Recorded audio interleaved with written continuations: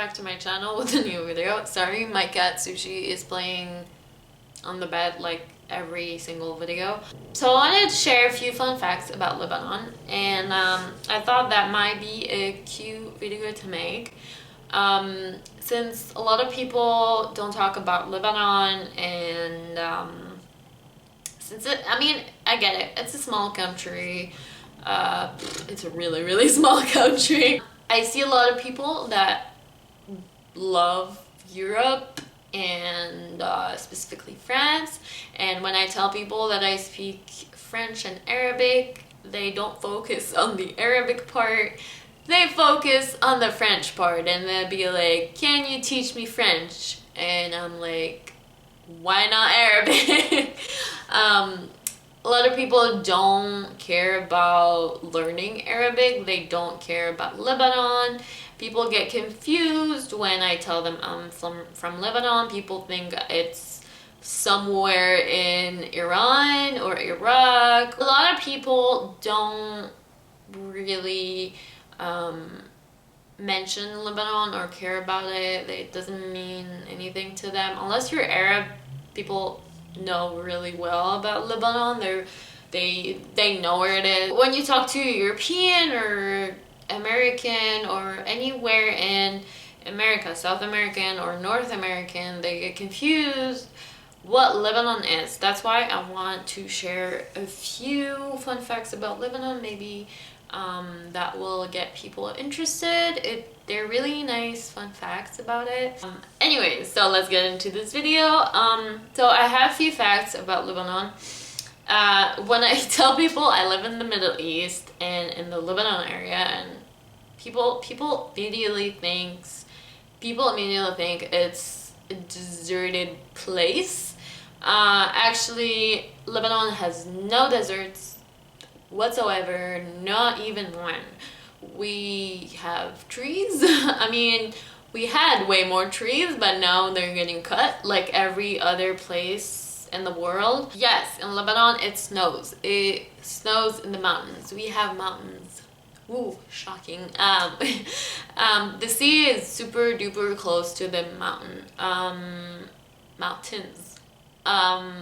Yeah, so it might take you barely 40 minutes to get from the sea to the top of the mountain where you're gonna see snow in the winter. So yeah, it snows in Lebanon. I know snow is not new to me. Talking about trees, we had it's sad to admit that we don't have those trees that much anymore. Our flag, if you don't know, our flag is there is not a Christmas tree. I hear that a lot in here. They think it's a Christmas tree, but it's not a Christmas tree.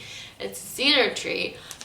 It's very, very known in the Middle East area. It's one of the best wood ever. That's why our ancestors in Lebanon, they used to travel a lot in using those trees. The wood is very, very good for traveling, for water. And people say that actually not Columbus first came into America, actually Phoenicians and people from Lebanon that actually discovered America before, because they saw their ships there, those ships that were made of cedar trees. If you don't know, the first alphabet is created in Byblos. It's a city in Lebanon. It's the first ever alphabet that ever existed. If you want to visit somewhere wonderful, I never visited. It's sad that a Lebanese person never visited this place. I've lived in Lebanon for 20 years and I never visited. It's the caves of Shaita. It says that it's one of the 7 wonders of the world. It's I've seen pictures, they're beautiful. It says that you can't take pictures in there, but I mean there's always pictures you can find online, right? And in the past, like 50 years ago, where we were better people and had better not really better government, but like maybe the 5% better government, we were called the Switzerland of the East. Everyone knows Switzerland. It's beautiful, it's gorgeous. Every Middle Eastern or Arab loved to go visit because it's such a beautiful place. Everyone was welcoming. This country was very open to everyone.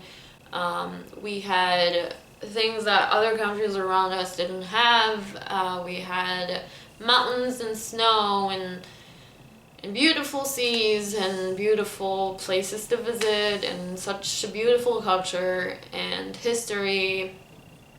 But after the wars that we have had in the past, in the last 50 years, that stopped, of course, especially after 2006. Not a lot of people are visiting anymore. I remember in my childhood, people used to visit so much. People from Saudi Arabia, all the Arab world were used to visit Lebanon, and it's sad to see that no one really comes anymore. It's just a dead place now. It's not that dead, but compared to the past, it is. So if you don't know, Lebanese TV shows are very famous around the Arab world. 70% of TV shows and reality TV shows and all that are filmed in Lebanon. A lot of people like to describe Lebanon as the LA of the Arab world.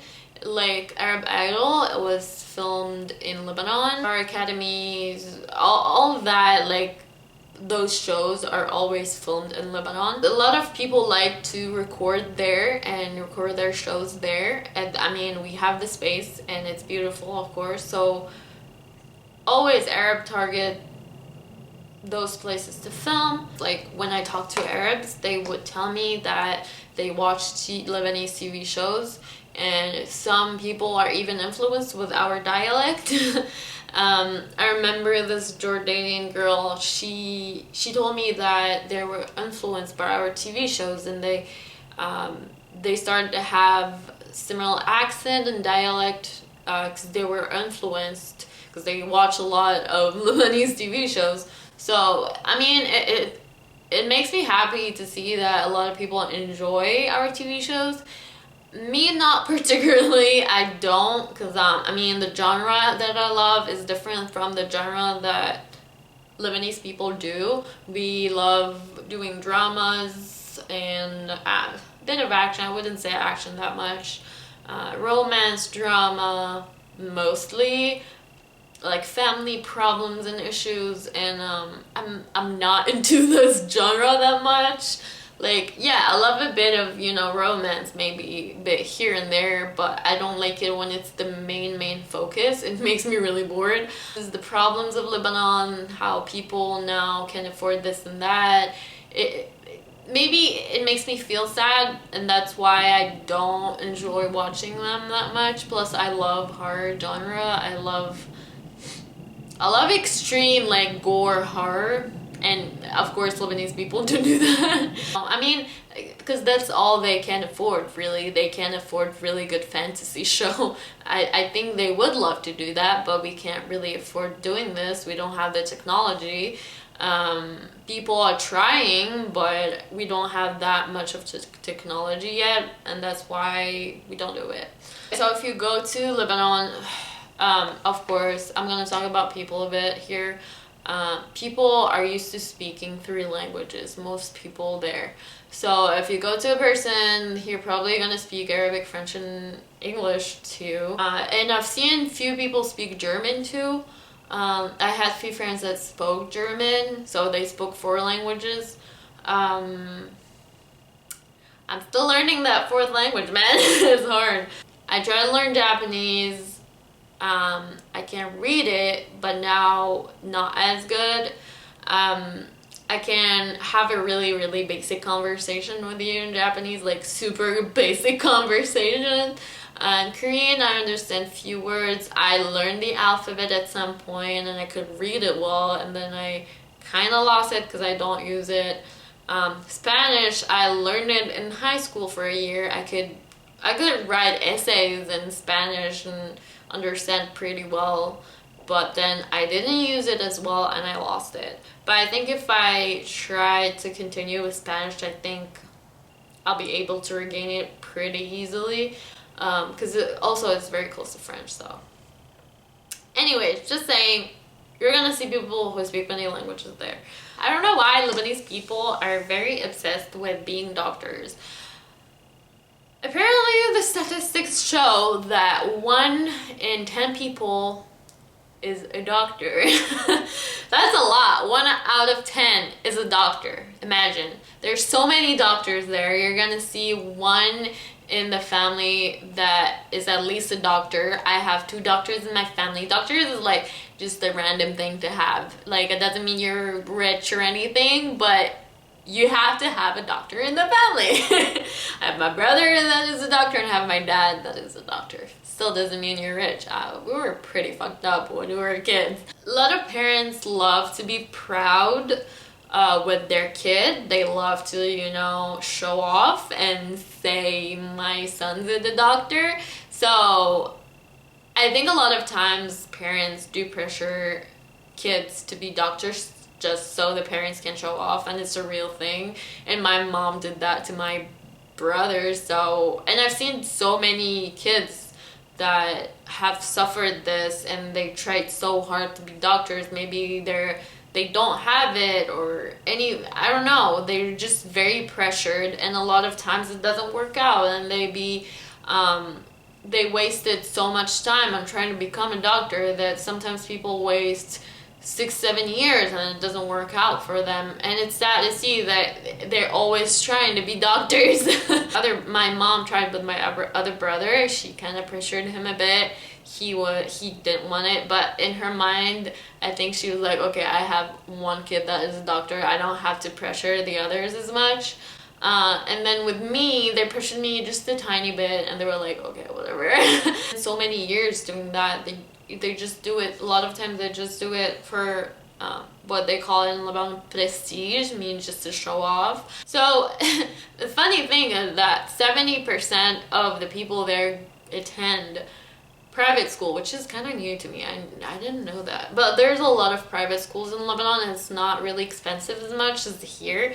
In US, going to a private school is very expensive. I did go to a private school. At the time it was not expensive, but now apparently it's super duper expensive. Even before the problems in Lebanon, like literally after I graduated, they skyrocketed their tuition. I'm not sure why. And at a point, like, only French people could attend this school, even though, like, I don't recommend this school. I never recommend my school to anyone. Can go back to the past, I would say, hey girl, just leave. I wish I left, but I did not, and I stayed for some stupid reason. I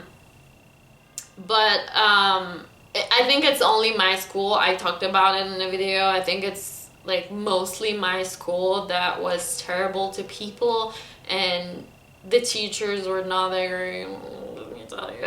The students, oh my god, don't let me start with this.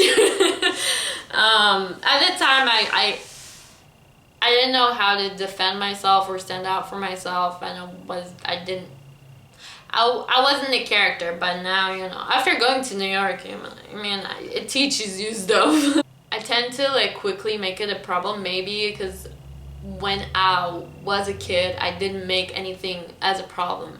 Like, if I see bullying or if someone bullied me, I wouldn't make it a problem. I would just shut up. But now I'm the total opposite, where, like, if you just tiny hint that you're offending me or you're offending anyone that I see that is wrong or bullying, I'll be yelling at you and cursing at you and be the bitch that I am now. I think that's, you know, the New York way, and I'm a complete New Yorker now. I have transformed. Anyways, so sorry, I'm looking at my notes on my phone. That's why I'm looking at my phone a lot. Don't yell at me. More Lebanese people live outside than in Lebanon. You're gonna see way more Lebanese people in US than in Lebanon itself, it's a very small country. It does not fit a lot of people. And now more than half, I would say half of it is refugees. They're not even Lebanese. If you go there, you're gonna see a lot of Palestinians, you're gonna see a lot of Syrians, a lot of Armenians, even though Armenians are considered Lebanese. I should make a video out of this. Why Palestinians did not get their citizenship, the Lebanese citizenship, and Armenians got them, and I have an opinion about that. I'm not mad that Armenians got them. Go for it. They're refugees, you know. They wanted their citizenship to be able to live in the country. But why not Palestinians? They still didn't have, and they have nowhere to go. Nowhere to go back to. So I have an opinion about that. Yeah, I'm gonna make a video out of this. And the main religion in Lebanon is Islam, even though there's around 40% Christians and around 60% or 55% Muslims. And there's other stuff, other religions.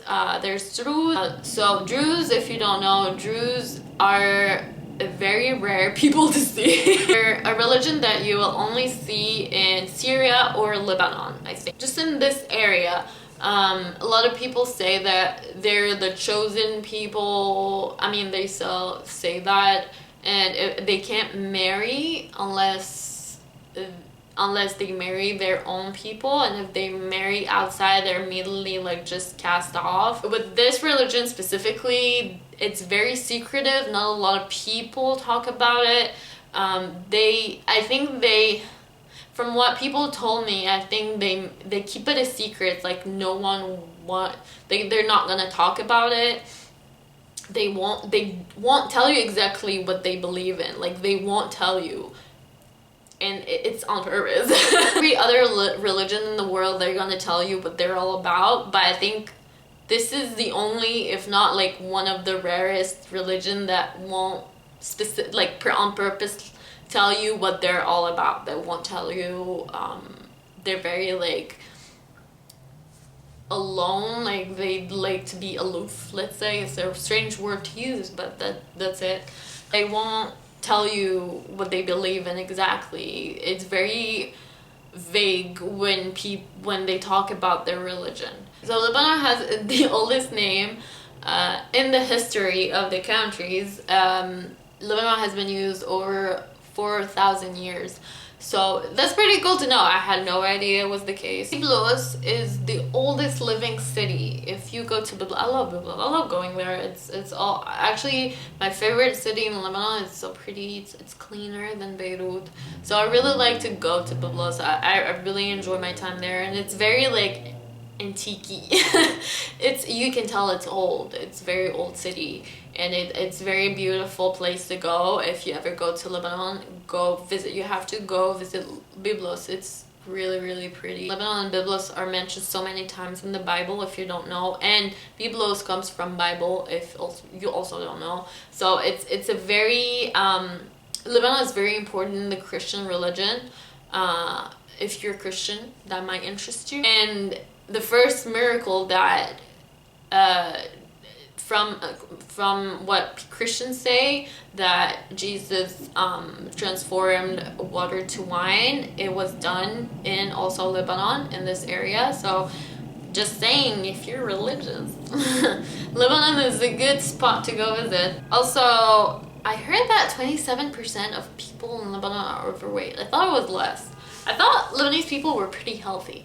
Our food is pretty healthy. Like if there's a lot of vegetarian options. I'm pretty sure US is way more than 27%. Way more.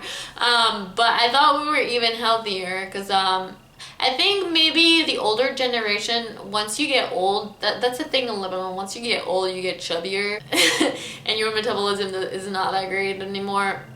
But I mean, if you see my mom, she was pretty fit. She was my weight till 35, 40, and she got a bit chubby. Yeah, she's chubby now, chubby girl. I hope she's not watching this. Yeah, and my dad is the exception. He's always been overweight all his life. I think he's an exception because he just loves food, and there's not a lot of people like my dad there. Yeah, and maybe he doesn't have that good of a metabolism like my mom did and I do. That was not shocking to know that 2 out of 10 people have firearms. Not surprised. Firearms, owning a firearm in Lebanon is as easy as going get groceries, so it's not hard, and it's very easy for specific people. I'm not gonna go political here, but it's very easy for specific people to own a gun or anything, a bomb, even a bomb. You can really own it very easily. Voting age in Lebanon is 21, which is, I knew it, but I never really absorbed this information till now, which is kind of weird. Because I know in US it's 18, and because I've been living here for 8 years, so I kind of like forgot how Lebanon works sometimes. So 21 is pretty old, damn. Why though? I mean, it's not like your vote matters anyways. If you don't know, there's a lot of corruption in Lebanon. Yeah, that's not news, but like if you don't know, there's a lot of corruption in Lebanon. And fun fact, let's end it with this fun fact. Last fun fact. In Lebanon, the electricity cuts off 3 hours a day. Daily, every single day of your freaking life. It's been like this since 2006, since the war between Israel and Lebanon, the 1 month war. I was there, and it's from then on, there's no electricity every day for 3 hours, daily, literally daily, and sometimes it's more. It's just like the minimum. It starts with 3 and it can go up to, you know, the whole day. When I visited, there was 2 days to 3 days that there was no electricity at all. So you're probably gonna see people owning a generator. In Lebanon, you're gonna see everyone owning actually a generator, because electricity there is kind of non-existent, and the government doesn't give you the electricity even though you're paying so much for it. That's why there's so much corruption. It's not just about electricity, it's about literally everything. But I mean, electricity is one of them, and that was a fun fact. Anyways, I hope you enjoyed this video. I actually kind of learned a few things about Lebanon that I did not know of, and that voting age, I kind of knew it, but like I did not think about it till now, which is kind of weird. Yeah, if you loved the video and you enjoyed this time with me and you enjoyed knowing more about Lebanon, please thumbs up. And if you like this video and you want to see more like those, you can subscribe. You're free to subscribe to this channel. I hope this channel goes to somewhere, and I want to use this to, you know, bring awareness to the Middle East area and the problems that we go through. And I really want to use this channel because there's not a lot of people that come from this area that tell you what it is really like, and I want to reach as many as I can, as many people as I can, and show them what it is really like to live there. I mean, it's not always a nightmare. We live like ordinary people, but there's, you know, a lot of bad moments, and I want to share those too. So yeah, if you want to help grow this channel, please share this video, and please share any video from this channel, really. Yeah, and yeah, if you want to see my Instagram, I also love making art, if you like that as well. And thank you for watching this video. Bye bye. See you next time.